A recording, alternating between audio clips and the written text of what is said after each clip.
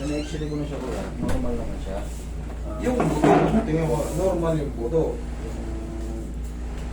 Pero yung mga ligaments, tendons, meron yan. Masakit eh. Nung unang araw, nandun sa ano ko kasi sa Kailan ka ba na ano? Kailan ka ba na dali? yung laro namin, ano eh, yung Sabado eh. Ano yata? 1? December 1? O 1 or 2. Sabado eh. Gabi. Pag rebound ko, Yung tinawag mo kasi sa akin, yung nakausap mo, sabi ko sa'yo, no, ang ano ko dyan, ang take ko kasi dyan, ang estimation kasi, kunyan, napilay ka ngayon, kinabukasan, lintik ang sakit yan, Oo. halos di ka makatayo. Kaya hindi ko kayo pinapupunta kagad, kasi nga, magdudusa lang kayo, magsuswell kasi yun. sakit talaga. Hindi rin mape-perfect yung adjustment. Kailangan nun, mapahinga muna na 1 o 2 linggo para kayang-kaya nyo na yan. Ano. Ngayon, ayan, napahinga na 2 linggo. Pwede nang tabigin yan kasi pag unang araw, ganyanin mo yan. Hindi mo kakayanin. Paano ka mape-perfect ma-adjust yung kung gano'n ka rin? Wag mo, masakit. Sayang lang kaya yung sinasabi ko sa inyo, yung palipasin nyo muna ng gano'n kasi nandyan na yan eh. Kahit hindi naman galawin, masakit. O kahit galawin, masakit. Hindi lang mape-perfect adjustin yan pag magang-maga. Kaya ang sinasabi ko lang, sige lang, hayaan mo lang muna, tiis-tiis ka lang muna. Sige, higa ka dyan. Hindi ka makatayo ng diretso. Actually kuya, kaya siya. Ang problema ko, pag-aakit ako ng hagdan sa kabababa, mahina talaga. Pero, Sige, higa ka dyan.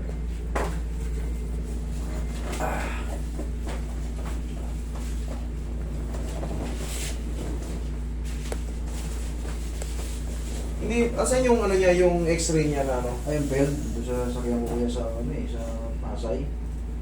Yung pero pwede ko siyang, ano, marami ko sa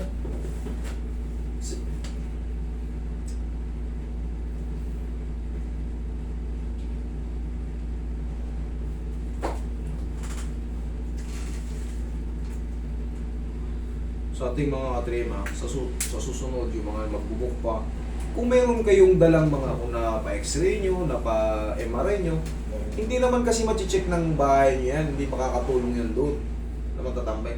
Dadalhin nyo yan sa mga, siyempre titingnan kung ano naging problema, kung naka-twist ba, kung pakanan yung twist o pakaliwa, mas mabilis. Doon kasi nakalagay, no fracture, no dislocation. Tapos, ba't ikaw, namimilay ka? Oo, di ba? Dagdagan mo ngayon muna niya rin.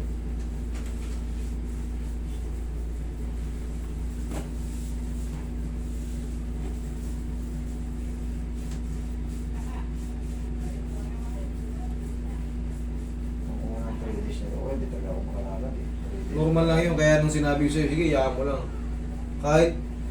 Kahit ang pakiramdam mo yun, wala, hindi ko talaga kaya. Parang hindi mahawakan, hindi ko may tukod. Talagang kahit magsaklay pa kayo, yun pinaka-the best. Kasi kahit pahawakan nyo yan, sariling kilos yung konting gano'n, nasasaktan kayo.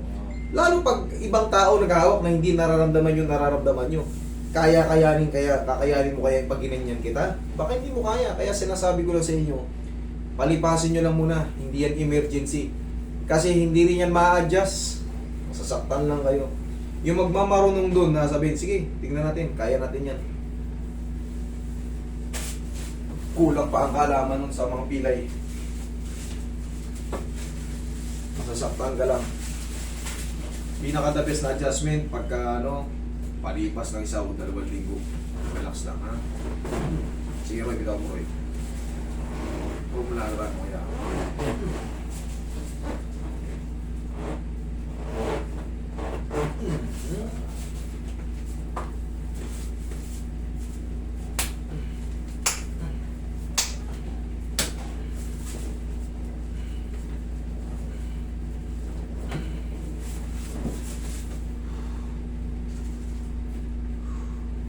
Meron kang knee support? Meron. Nasa kaya? Yan sa ano, Saan? Kasi ang problema ko pag sinusuot ko yung support, masakit. Kunin mo, pakuha mo. Paano natin kukunin? Nasa ano yun, yung sa perdi eh, sa sasakyan na sinala ko eh. Hindi ko na kasi siya sinuot ko yan, gawa ng ano, masakit siya, na pagka ginaganon ko siya, masakit. Iba yung nabili kong may support eh. Yung di ano, di flip lang, ay di tawag nun, di delicate. Kaya pala masakit eh, dahil iba eh. Relax lang.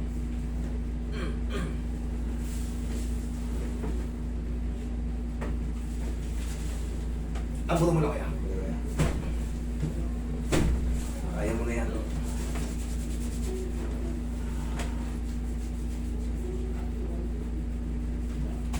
Sige, lakad ka. Tignan mo ngayon kung ano yung difference. Kung gumaan ba o lalong sumakit o lalong kitang nablumpo. Ayan.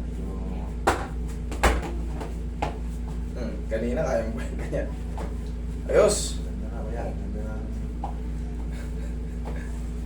Meron pa siyang konti pero parang residue na lang kuya. Normal lang yun kasi namamaga eh. Kita mo yung lakad mo kanina pag ano. Oo, masakit talaga. Pero yun, Try. in a few days, wash out na yan. Okay na yung puto niya sa loob.